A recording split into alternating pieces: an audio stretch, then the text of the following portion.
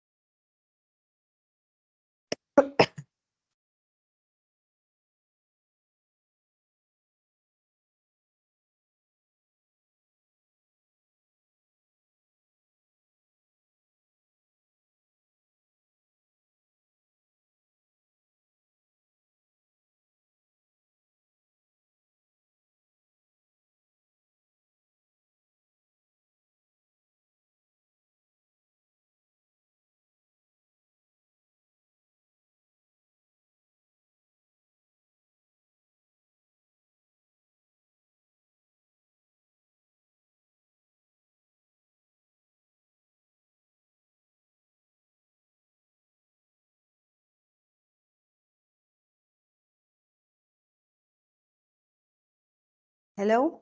Hi, good morning, everyone, and thanks for joining us for this online session whereby we felt now the scheme, the CYBER+ALT scheme has been launched on the 5th of June, and we feel that we gave enough time for anyone who is interested to go through the documentation that there is already available on the NCC website, and can delve further into the scheme. So basically just some house rules, please. Should you have any questions, please use the Q&A functionality, and eventually we during this session will be grouping these questions and we will be answering them accordingly. So just an overview, we will start by giving some details on this scheme. The first 15 minutes will be that. Then we will be giving more information about actual solutions that could be covered by this scheme. Then there will be the Q&A time whereby Daniela and Carl during the session will be grouping your questions and they will be answering them accordingly. So I will start with the presentation at this point, whereby the scope of the scheme is to aid the local uptake of cybersecurity solutions amongst small and medium-sized enterprises. So this is one of the gateway criteria whereby to apply for the scheme, one has to prove that he is an SME. There is an overall budget of 2 million. 1 million are coming from the Digital Europe program and 1 million will be sourced from national funds. Aid intensity is 80%, whereby we will be covering a maximum of 60K. A project to be eligible has to have a minimum, a total value of not less than 20K. And something to point out on this scheme is the fact that we will be pre-financing. We will be giving a 20% pre-financing upon grant agreement signature. The remaining 80% will be reimbursed once the beneficiary has proven completion of the project. The scheme will be managed through open rolling calls. To remark is that it is on a first come, first served basis. So there are 4 cutoff dates, yes. One will be shortly now in July 20th. The other one is in September 14th. The other one is November 9th and the other one in December 29th. But obviously, we urge you to apply as soon as possible because obviously we will close the scheme as soon as there are no more funds. And the project that will be proposed has to be implemented by not later than 30th September 2024. What are the eligible activities? So, first and foremost, we have cybersecurity solutions, and cybersecurity solutions in the market is marked in bold. Why? Because the other activities that we will be that we will be covering have to be linked to that solution. So hardware has to be linked to the solution, and the subscription fees, license fees, and managed services, internal training as well, and implementation. There is a capping on the amount of training and implementation, whereby training is being kept at 20% and implementation is being kept at 30% of the total project value. Another important thing to note is where there is the asterisk, basically the solution and the hardware, that these are subject to depreciation. And now I will delve further into this. So, I believe that most of you who are on the call have gone through the sample application form, and so they are familiar with this part, whereby if the activity, so once you choose the activity as a cybersecurity solution or hardware, whereby you have to fill in the sub-activity part, the objective will be filled, and you have to also specify the start date and the end date. Then we come to the project costs specifically, and whereby you have to specify the purchase cost, and then you have to specify the useful life of the asset. By useful life of the asset, one has to refer to the accounting practices deployed by the entity and fill in accordingly. Automatically, the eligible depreciable cost will be calculated. And when we say it is being calculated, this is the calculation that we are referring to, whereby we'll be taking the eligible purchase cost that you would have specified, the useful life of asset that you have specified, and we divide, and then there is a multiplication by 2 because that is the funding period of this project. Meaning that if you have a purchase cost of 20K, we will be covering 10K. Investment areas, meaning so the solution, the cybersecurity solution that one is to propose has to tick one or more of these areas. Soon after I finish this presentation, Kirsten will be delving further into possible solutions that tick one or more of these areas, whereby we have vulnerability management, threat detection and response, enhanced cloud-based cybersecurity, enhanced cloud-based platform security, end-to-end data protection, identity and access management. These are all examples, but as I said, Kirsten will be delving further into this. To apply, very easy. You have to access ncc-mita.gov.mt. Soon I will be also going over through the website. There you have 4 important documents that we urge you to go through. We have been receiving some questions whereby if one went through these documents, these questions could easily be answered. So there is the guidance notes, the guidelines for implementation, notes to applicants, and sample application form. Obviously, the guidelines for implementation will serve mainly once the grant agreement has been signed. Applications are only accepted online via the NCC funding application portal. I will be going to that also. Evaluation, how will this happen? So there will be a dedicated project selection committee. This is important also to point out. It is an independent committee who will be evaluating these projects. So there are two sets of the criteria, the gateway criteria and the selection criteria.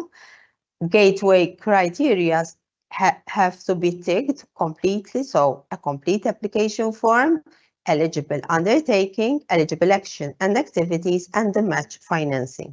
As I said, we will be funding 80% of the total project value up to a maximum of 60K, and the remaining have to be financed by the beneficiary. Then there is the selection criteria, whereby we'll be focusing on project excellence, whereby there's a maximum of 45 marks, impact and sustainability maximum of 30 marks, and the project risk assessment, where having a maximum of 25 marks.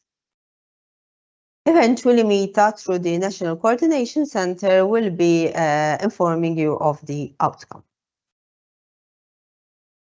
So if your project is chosen, there will eventually be a grant agreement that will be signed between MITA and the beneficiary, and eventually the project will be managed through the NCC Funding Management Portal. Obviously, once the grant agreement is signed, we'll guide the beneficiary accordingly. These projects, another important thing, are subject to spot checks and audits. Support lines. Here we are partnering with SAM, Service Europei of Malta, who can assist specifically on the application form. And obviously, any other queries can be referred to the NCC, either to the Contact Us form on the page, on our website page, or else directly ncc.mita@gov.mt. Hereby, I would like to give the floor over to Andrea from SAM, who will be giving you further details about the services that they offer. Hello, good morning, everyone. I'm Andrea Camilleri from SCM, Service Europei of Malta. We're a government agency that focuses on promoting EU funding opportunities and guiding organizations through the application process. As part of our role, we can organize individual meetings with any interested parties in this call and any other funding opportunity for EU funding. We can guide you through the process of the application form. We can guide you through how you're meant to answer certain questions, how you can tackle the certain questions in particular, and focusing on how you can develop the best application that you can for your organization. In the meantime, also, you can contact us for any queries that you might have on any funding program or application form, and we can guide you accordingly. In particular to this funding opportunity, you can also ask us any questions that you might have specifically on this funding call. We can either guide you through a quick phone call, or also we can organize a meeting with your organization to guide you further on it. Throughout the year, we also organize some training sessions on application writing and also the implementation of EU-funded projects, where we can also assist you in giving you more information, more general information on how you can develop a strong application form for any funding opportunity and how you are meant to implement a new funded project in the correct manner. Finally, we also provide support when it comes to the implementation process, where you can contact us if you have a project that has been successfully funded through your funding. You can contact us with any queries and questions that you might have during the implementation process, and we can guide you accordingly to how you're meant to implement the project successfully. I give the floor back to Katja, and she can continue with more technical terms of this call. Thanks a lot, Andrea. At this point, I would like to go through the website, whereby there is all the information about the scheme. So it's important to access ncc-meta.gov.mt. Here there is menu item funding mechanisms. One has to access the national schemes. Once there, you have just to click on the open schemes. And at this point in time, there is the scheme. So it comes up immediately, the CYBER+ALT grant scheme. Learn more. And here, obviously, you have all the information, the objective, who are the eligible organizations, how the scheme is funded. Here is the details about the information session that we are having just now. These are the different cutoff dates that I have mentioned previously. To apply, one has to click here, and you are immediately guided to the NCC funding application portal. To point out is that to apply, one has to use the EID. And these are the 4 documents that previously I have referred to, and that is very important that one goes through. And there are, on the same page, there are also details whereby one can contact them. At this point, I will give over the floor to Kirsten, as I said previously, who will be giving more examples about typical solutions that can be covered through this scheme. Thank you, Katja. Good morning, everyone. I'll be sharing my screen in a second. Just a confirmation, Katja, that you can see my screen. All good? Yes, Kirsten? Thank you. Okay. So the idea is that for the next 15 minutes to go through some example projects. There are variations in each project for a reason, to kind of provide you with the different ideas of what can fall in scope as part of this scheme. These are fictitious projects, but they represent the reality out there. So as much as possible, we try to model the examples in line to what you'd find out there in the market, without going into specific technology products or vendors, obviously. Starting off with vulnerability management. Potentially many of you are familiar with vulnerability management. This encompasses the processes around the vulnerability identification, evaluation, and mitigation of vulnerabilities in your infrastructure, in your network. And as part of an investment within the vulnerability management domain, one could, for example, consider a vulnerability scanner. There are various options one can kind of resort to. In this example, we have a vulnerability scanner using an agent-based model. And as the diagram shows, the blue box is actually the solution itself. So we have, for example, on the customer side, different agents installed on servers, on endpoints. This company in particular also has websites that it would like to kind of scan for vulnerabilities.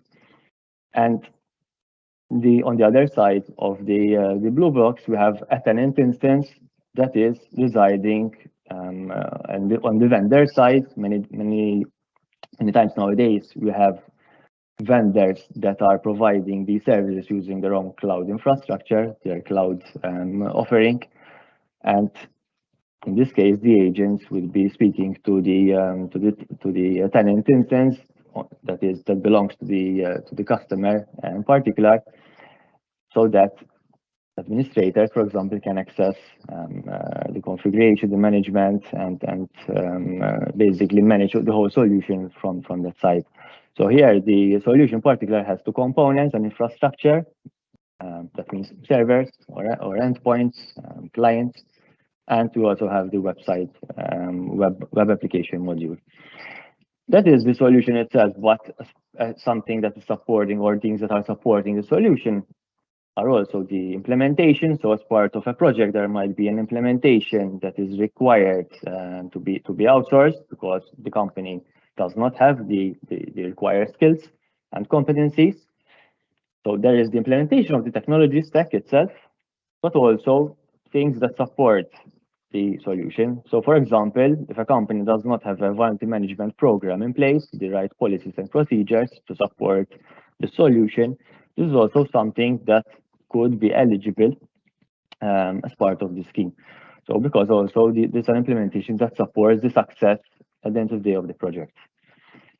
On each side, we have the training vertical. So for example, here we have a company who would like to provide training as well for its IT and security administrators.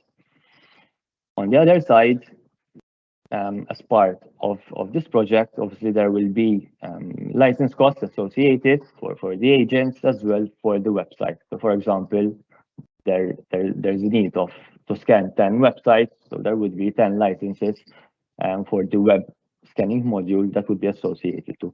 So as you can see, we have different components that would fall for part of this project, and this has to be clearly kind of described as you submit your application. This is an example. So my intention as well is to provide another example, which is slightly different. We're still talking about a vulnerability scanner. As you can see, we have added a hardware component here.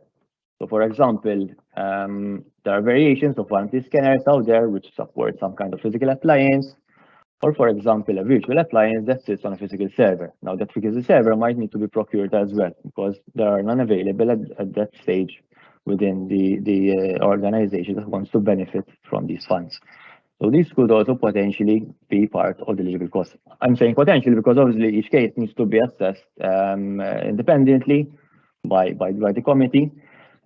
The important thing is to always describe the purpose of each component that would be required to support the project. As before, we also have a training aspect as well as a number of asset licenses.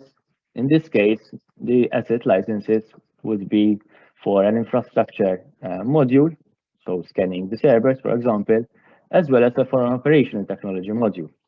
So, for example, companies who operate some kind of machinery, cyber physical systems, critical infrastructure, there are solutions out there which also kind of provide vulnerability scanning services to more specialized type of infrastructure, which is not IT, but we call it operational technology or OT. And in this particular project, we have all the different components. So there's the solution itself, there's the hardware, there's the licenses, training, and implementation.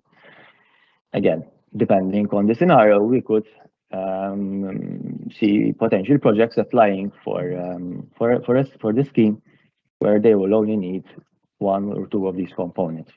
Again, these are just a reference model, so it's not something that you need to align exactly with. The next investment area is threat detection and response. As an example, here we are kind of focusing on network detection and response type of solution, and NDR, become very popular in the last couple of years. We have a bit of a different setup for this project. So on the customer network side, one would be expecting the implementation of sensors or appliances. In this case, they are hardware-based. There are also a few other smaller sensors, which are also physical. We also added a component as a virtual sensor. So this company requires 4 sensors of different size, of different nature. 3 are hardware-based, 1 is a software-based sensor. Obviously, the solution requires some kind of console where all the information is all the data being collected will be directed to, and the administrators can obviously access this console. In this scenario, it is installed on premises on the customer network. It could be installed on the cloud, right? So again, this is just giving you different tastes, different models that you can associate with.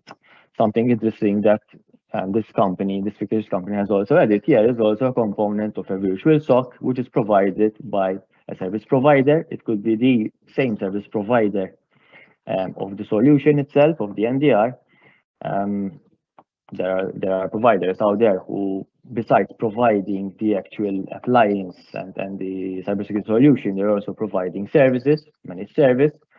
So in this particular case, there is a component of a virtual SOC where there is an outsourcing of monitoring of the alerting that are generated through this solution. Similar to before, we have a training component for IT security admins. Potentially, it could be very much needed. We also have the license side, so the license that needs to be procured, and as well as subscription for the virtual SOC service. So as a managed service, there would be a subscription that would be kind of paid against. And as part of this project, there's also potentially the need for a design and implementation of relevant policies and procedures, especially if the company embarking on this project has nothing of this sort already. So obviously, the necessary policies when it comes to log management, for example, as well as the procedures on how to handle alerts, on how to escalate. These things might need to be designed. So it's important that we don't focus on the technology side, but also support the project from an administrative side of things. As before, there's also support potentially that's required from an outsource point of view, from an implementation of the technology itself.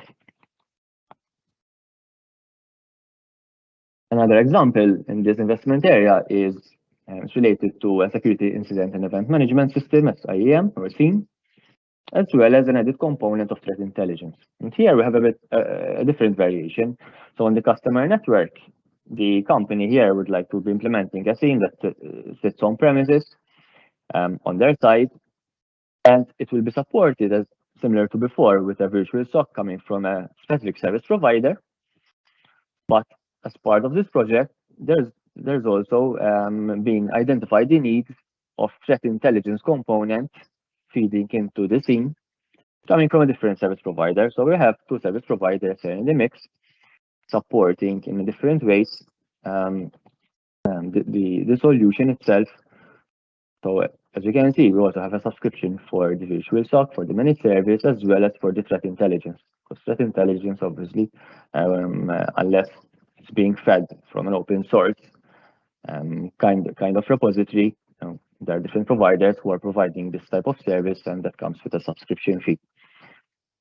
Similar to before, there are potentially the design and implementation of relevant policies and procedures and support on the implementation of the technology itself, to implement the SIEM, also to integrate, for example, with the threat intelligence, so on and so forth. In this particular example, we excluded training because, for example, the company has the necessary skill set in-house, so it will not kind of put in training-related costs within the application. So all the funds would be allocated into the other areas. Again, that's up to you. You could be adding the training component as well, depending on your needs. We also don't have a hardware component because everything here is software-based or service-based. The next investment area is identity and access management. And here we have an example of a password management solution. So password management is an important identity access management component within the whole identity access management framework. And in this case, we have a customer network with a number of different users, 10 users, 20, 50 users, who would be using this password management solution.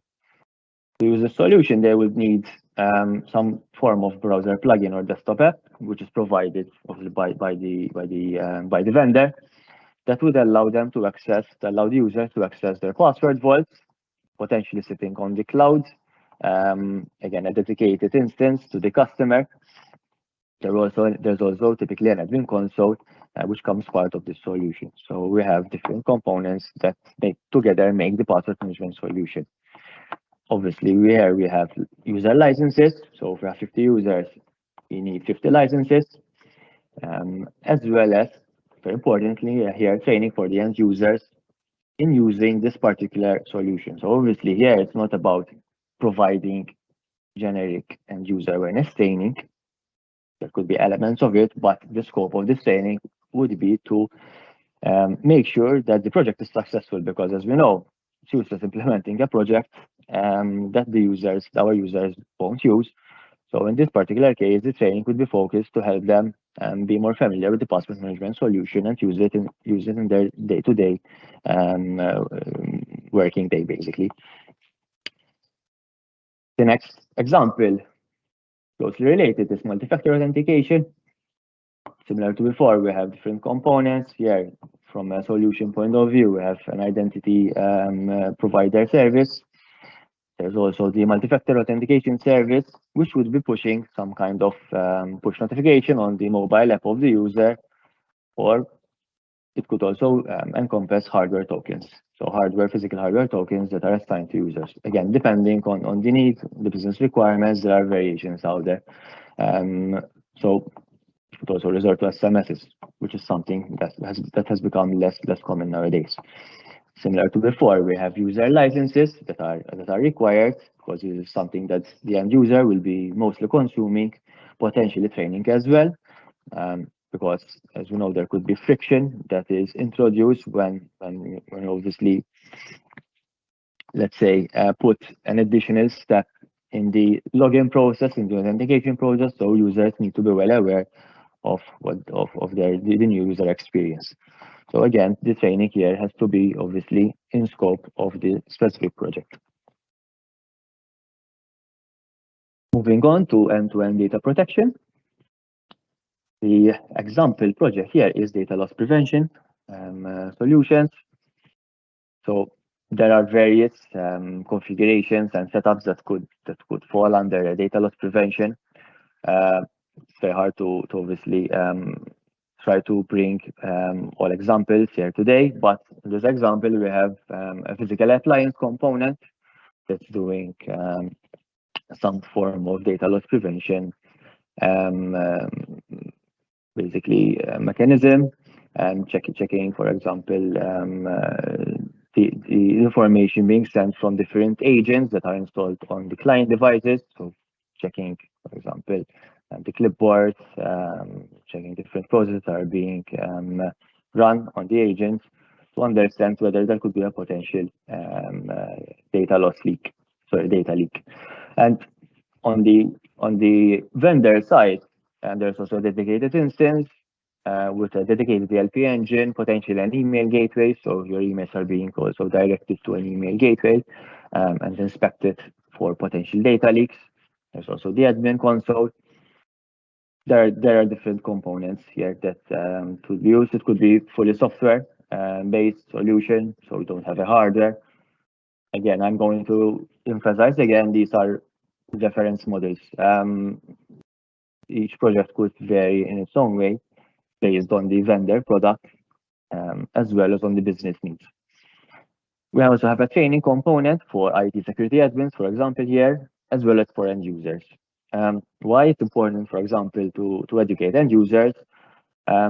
This goes hand in hand with an implementation of a data classification policy. So before embarking on a project such as this one, it is more logical to first kind of classify your data with different sensitivity, and then we devise a policy for data classification. So some data is considered to be public, some data is considered to be internal, some other data is confidential. This is very important because the DLP solution needs to be configured and fine-tuned based on your specific data classification policy. Going directly in implementing a DLP software, the technology stack without having the right policies in place is a recipe for disaster, as I'm sure you well know. So here, as part of this project, there's also that particular aspect component which is necessary for the success of the project. As before, we also have a set of licenses that are required for the agents, again, depending on the need. From an end-to-end data protection side, we also have an example from a full disk encryption. And end-to-end data protection here, we are covering any data protection solutions, starting from data at rest to data in transit to data in process. So it could be a solution covering the whole life cycle, it could be a solution covering parts of that life cycle. So here we are covering data at rest with full disk encryption. And we have, again, a customer network with a number of agents installed on client devices, on your laptops, on your typically laptops. I was going to say PCs, workstations, less common. So we have a number of laptops that will be kind of covered with this full disk encryption product that will be communicating to a key vault and an admin console. Here they're all sitting, for example, on the customer network. Again, this is an example, so it could be different depending on the vendor. There's a component of training that is required in this scenario. There's asset licenses, because obviously this software would be typically licensed per each agent. So if you need 50 product 50 laptops, you need 50 licenses. Again, potentially there could be policies and procedures which are required to be drafted from an encryption side, for example, procedures for the security admins on how to handle this, on how to handle the provisioning, what happens when a key is lost or where a device is lost, things like that. Obviously, also we're including the implementation of the technology stack itself as another cost, so that is being factored in this example.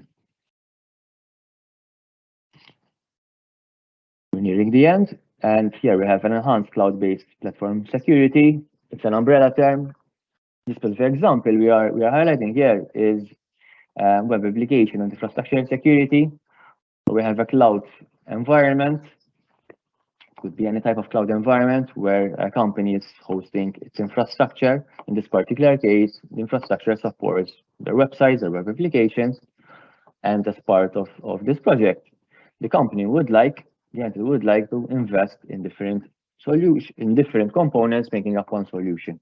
So we have a DNS component, so which also obviously has a security side to it. There's a web application firewall which could be installed and configured, an API gateway, and DDoS protection. And these could all be in the forms of subscriptions that probably you're very familiar with on the cloud provider side. Basically, you'd be enabling different subscriptions and then configuring and fine-tuning accordingly. Something that could be very important here is an architecture design consultancy, because depending on the complexity of the environment of the setup, there could be different architectures that are required, and you might need to resort to consult with an external provider.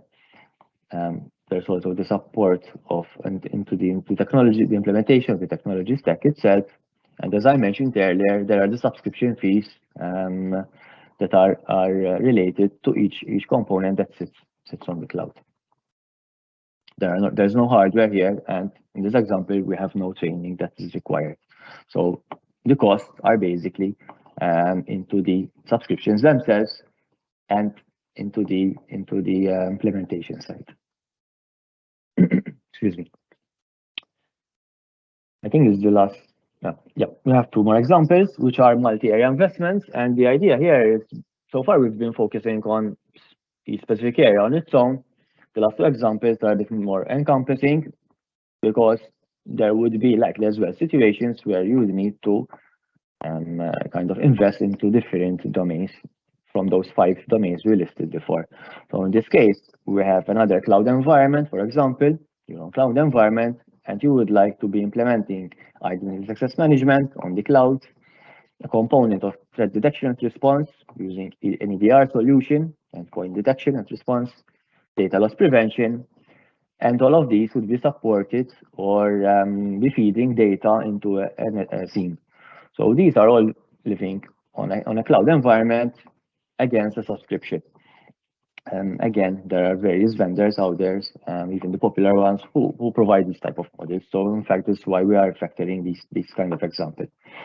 Here we have a training component for the IT and security admins that might be required, especially if some components are new and they require training on that. Similar to before, there is an implementation cost associated as well that the company in this case would like to be covering as part of this project under the scheme. My last example is a unified threat management solution that has various components. So on the customer network side, we have a vulnerability management module, a backup module, and an EDR module that all sit within a single endpoint on a laptop or a workstation or a server. So there are different modules that could be licensed, providing different type of security controls and mechanisms on each device. These are supported by a service provider from the actual solution side.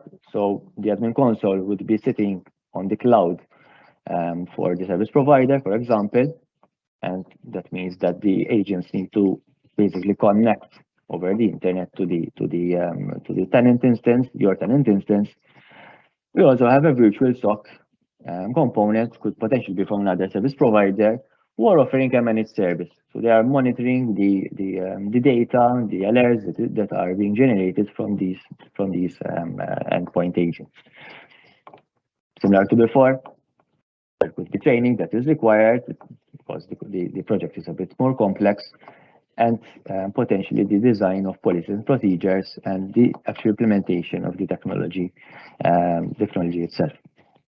There's no hardware that is being considered as part of this example project. That brings me to the end of these examples.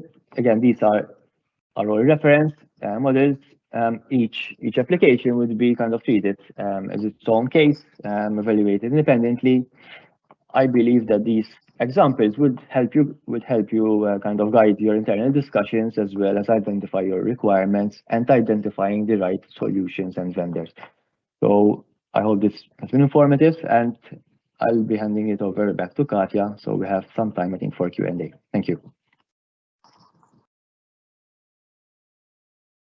Thanks a lot, Kirsten. As Kirsten multiple times reiterated, these are just examples, so please look into your context and propose the solutions that you would like to implement from your end. Something that I forgot to mention previously while I was referring also to the scheme documentation is that the scheme is basically in line, has been built in line with the different schemes that are offered by fondi.eu. So anyone who has already applied for these funds, basically the application process is very similar. At this point, Daniela and Carl, during our presentation, they have been looking at your questions, and now they will be answering to these questions. Daniela and Carl, please. Thank you, Katja. I'll just go through the queries that we received on the chat. If anyone has any others, feel free to post them in the meantime. We'll cover as many of them as we can. So let me just start off by saying that the presentation will be uploaded to the website. So there is the short summary that you can review again, even to go through the examples again. So that will be made available. Another query was whether sort of who can benefit from this scheme. So in essence, it is SMEs. Okay, so companies registered in Malta that qualify as SMEs. There are the respective thresholds in the guidance documentation. Okay, so you would need to be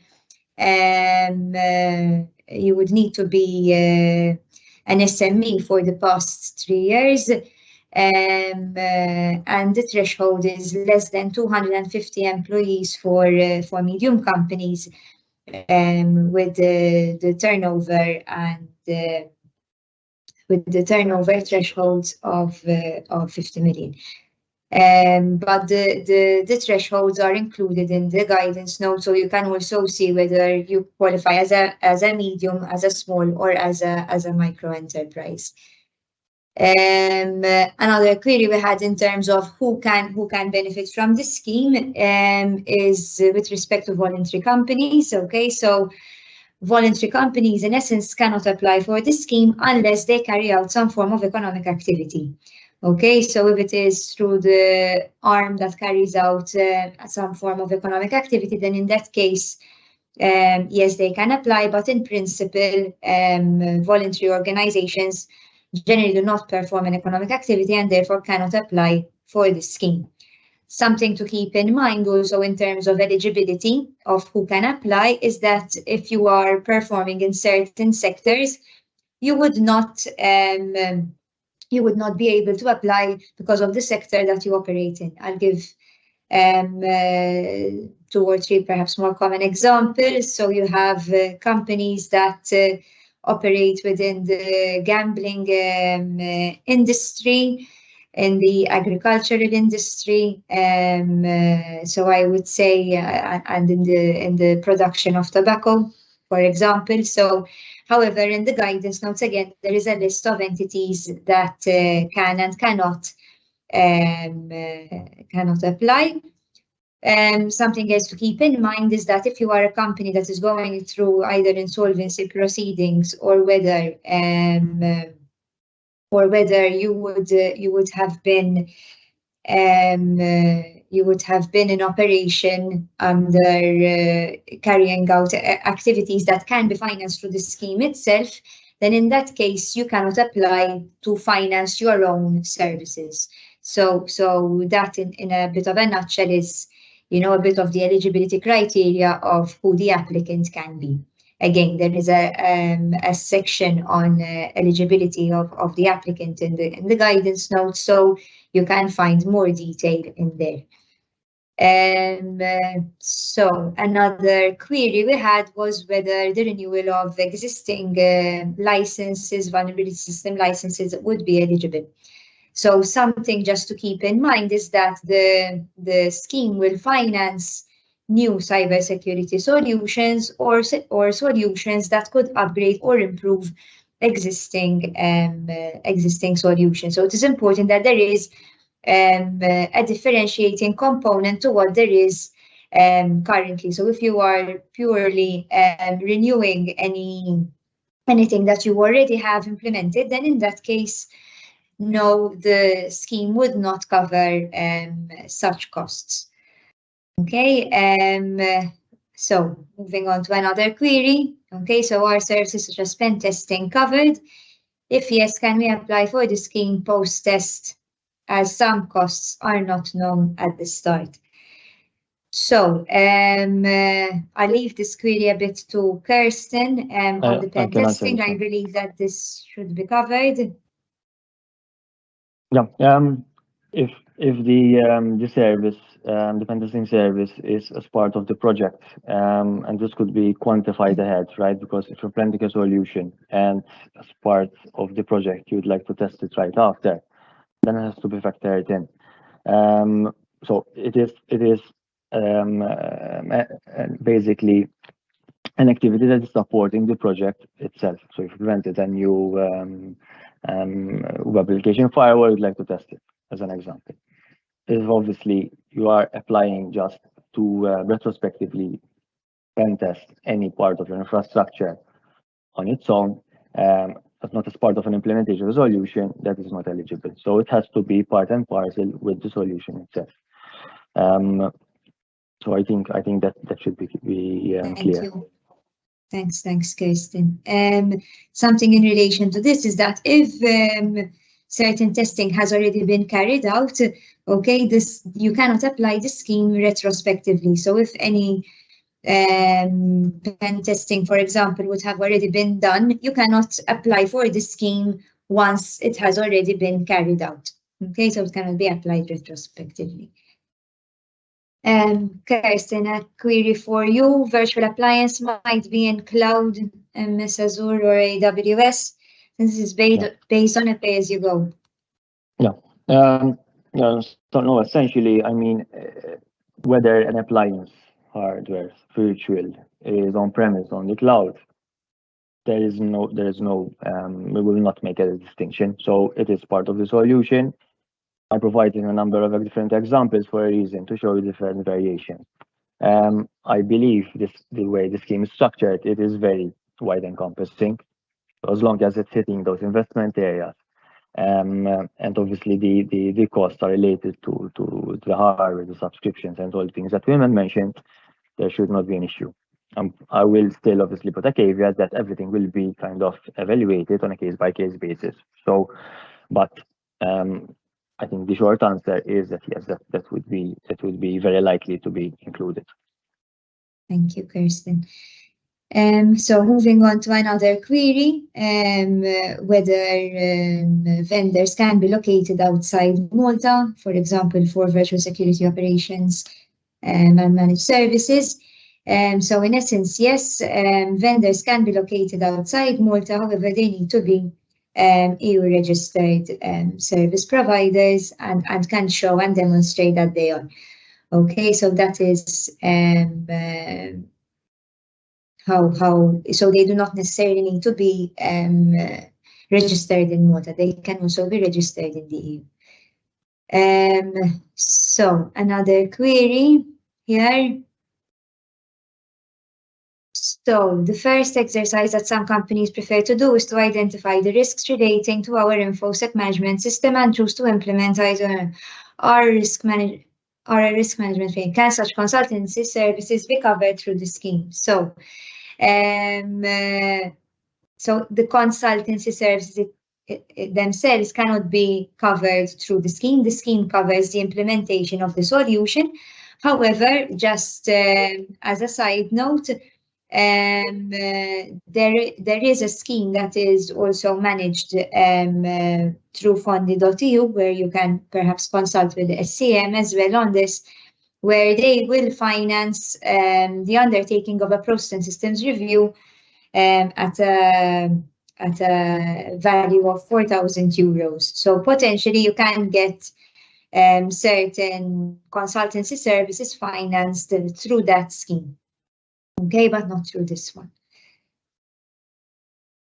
Would training for IT administrators be covered by the grant? So if your training requirements are part and parcel of a more holistic project, where basically you are implementing a new solution and you also need to be providing training to your IT administrators, and in that respect, yes, training would be covered as long as it is part of this of a wider solution and not just training as a standalone activity. Okay, so that's that.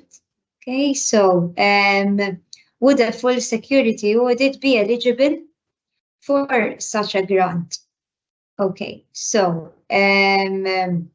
again, as mentioned, the scheme would need to involve the deployment of a new solution. Okay, so the undertaking of an audit in itself would not necessarily relate to the implementation of a new solution. So what is important is that if through an audit, right, there is the indication that you need to undertake some new activities, for example, to be more cyber secure, then in that case, it is the implementation of the activity rather than the audit itself that will be covered through the scheme. Okay, so a few more queries. So in identifying whether an institution is an SME or not, what reference year should be considered? Is it the last complete year of 2022? So generally you would need to qualify as an SME over a period of 3 years. However, what is looked at is sort of what you would have published in the last year, generally. Can you apply for the fund for something you already have in place? Again, as mentioned before, the scheme cannot be applied retrospectively, but it has to relate to a new cybersecurity solution that has not yet been commissioned. Okay. Another query is the eligible purchase cost inclusive of licensing costs, training and implementation, or are these treated as separate eligible costs? So what was mentioned before, that the minimum value of the project needs to be that of 20K and can finance a grant of up to 60K. That is inclusive of all the project costs related to the project, irrespective as to whether they are the hardware cost, the licensing cost, the training and implementation cost. Okay, so they are they need to be perceived as one total cost when assessing whether the project meets the required thresholds. Obviously, that being said, the reason is that all these components form part of one holistic project, so that is why they need to be considered together rather than individually.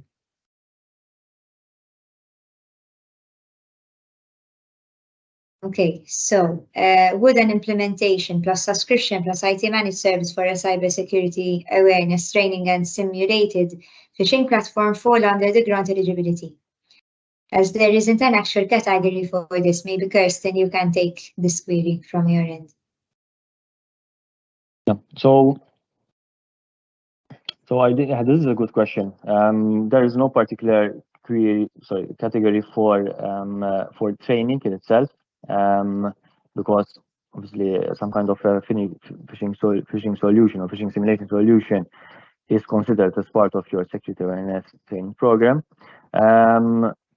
To be honest, I think it's best to kind of consult this a bit internally and issue maybe a publication on this one. So we'll take it offline and discuss internally, Katja, and we can kind of issue a clarification on this one. Yes, if I can say something about whoever posted this question, please send us an email about it on ncc.meta@gov.mt and we'll refer back with an answer. Okay, just to go through the last query, can a company apply for grants in stages such that application 1 covers the analysis and risk assessment and application 2 would be to apply for the funding to actually implement, I'm assuming, is the query.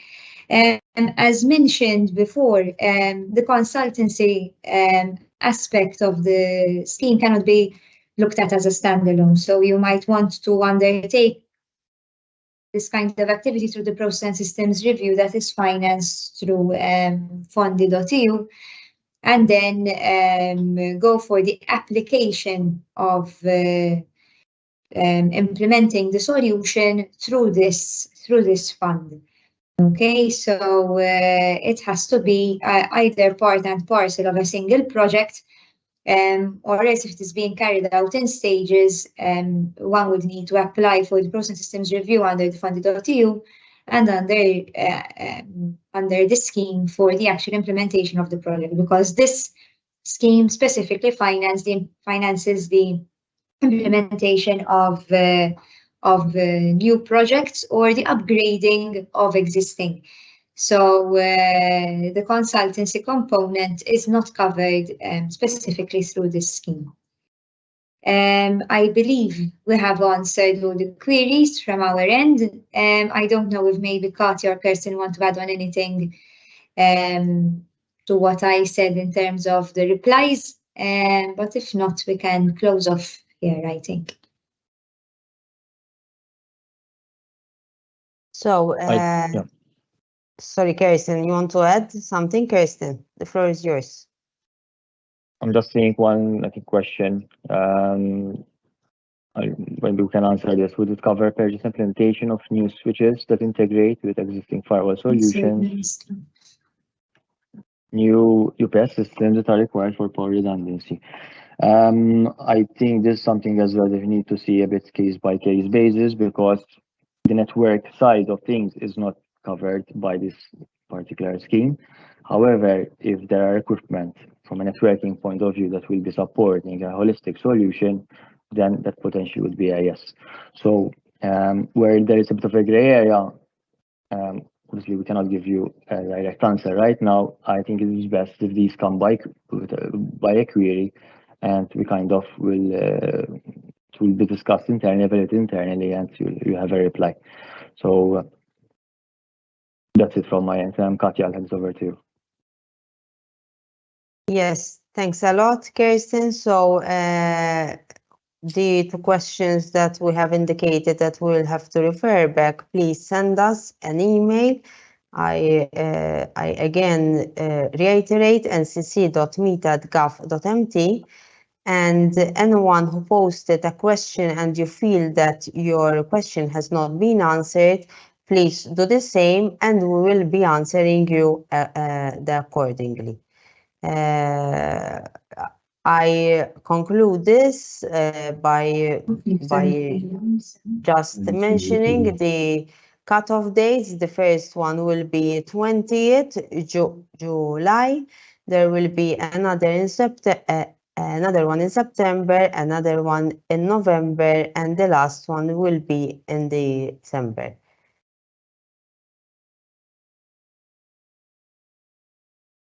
So thanks a lot, everyone. Please come forward with any questions that you might have. We will answer immediately. We have a team who are looking at your questions, and we will certainly come back. Thanks a lot and wish you the rest of the day.